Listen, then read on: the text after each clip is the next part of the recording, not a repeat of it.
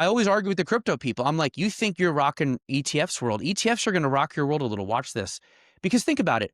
If the whole goal of crypto is to make these like decentralized rails and like peer to peer, and then the ETF comes along and is that popular, it tells you how actually convenient the ETF is versus the way Bitcoin is. And this is my one bearish part about Bitcoin is that's not the greatest sign. Bitcoin has to be more like fantasy football. Like it should be very easy to buy and sell it. It's not. It's full of friction and it's very pricey.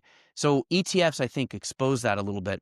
I do think over time it'll get easier, but I think this should be a little bit of a wake up call for crypto itself. Totally on the bear bull side of the price dynamics. I mean, we're just going to move the field goals again on the crypto narrative, right? Like where we go, where have we evolved from when we first started talking about crypto, and now we're at the point where it doesn't make any sense to actually do it yourself, own it in ETF. That we should stop right there and then just say, then what are we doing at all? Like, I'm not getting cash flow. I'm not getting a dividend. I'm just throwing it out there, but You're just buying GLD at that point. You're buying something because you think it's going to go up. which to be fair, I've never bought in GLD either for that exact reason. Just two quick pushbacks. Number one, if it gets very popular as a store of value and ubiquitous, that should help its potential for currency as the tech gets better. Number one. Number two, the store of value, I just don't, honestly, I consider Bitcoin to be like gold, a Picasso painting, a Mickey Mantle baseball card. There's just certain things out there that are valued by humans and scarce. And that's how you have to look at it. You just cannot judge it through your CFA brain. Once you judge it like as a kind of, I don't know, like one of those things a rich person would buy as an inflation hedge, or like a Picasso painting, it's just people give it value, it has value. I think it helps you have Bitcoin and Buffett in your head at the same time. But you can't view it through the CFA brain. It will never make sense. It's a psychological commodity, just like Logical gold. commodity. That's a perfect way to put it. Anything like that, where it's only worth what other people are willing to think it's worth at the time. And look, I own Bitcoin. I'm not bearish on Bitcoin, but that's just what it is, right? And I think that's fine. I think what I think is interesting, just to dial it. This is for crypto.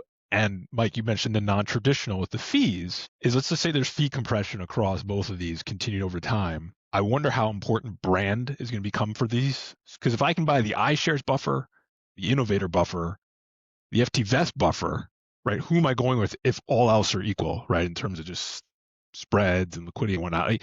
I wonder if we're entering this brand and trust. Dave, you talk about trust all the time now. This brand and relationship era of ETFs when it comes to crypto and non-traditional.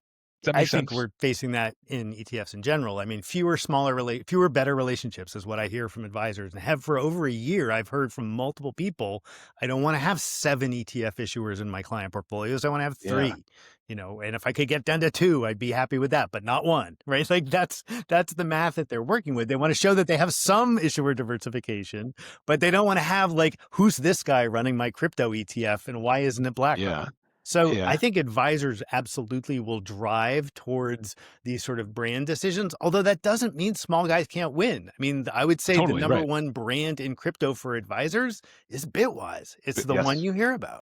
And on the synthetic income, Neos has made a incredible name for themselves by thinking about it differently and how they do their option writing, right? And so I'm with the idea of brand is a big deal, but brand also probably, if you're going to venture out into crypto, you already have to have a conversation with your client. Is it that much difficult to talk about iShares versus Bitwise versus Canary versus? I think it makes a big difference when you say, oh, this is from BlackRock to an advisor, than if you say, this is from 21 Shares who you've never heard of. I think that makes a huge difference.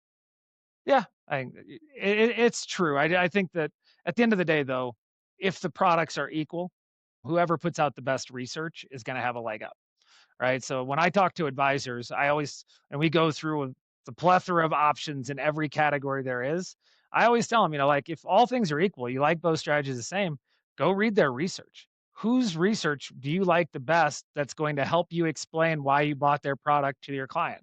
I think it's a huge missing component of the ETF space is, you're buying their product. They owe it to you to put out great research about why you're buying their product and how you should be thinking of it right now. Yeah. And I think a lot of ETF issuers are just terrified to talk their book in any way, and so that they don't do that.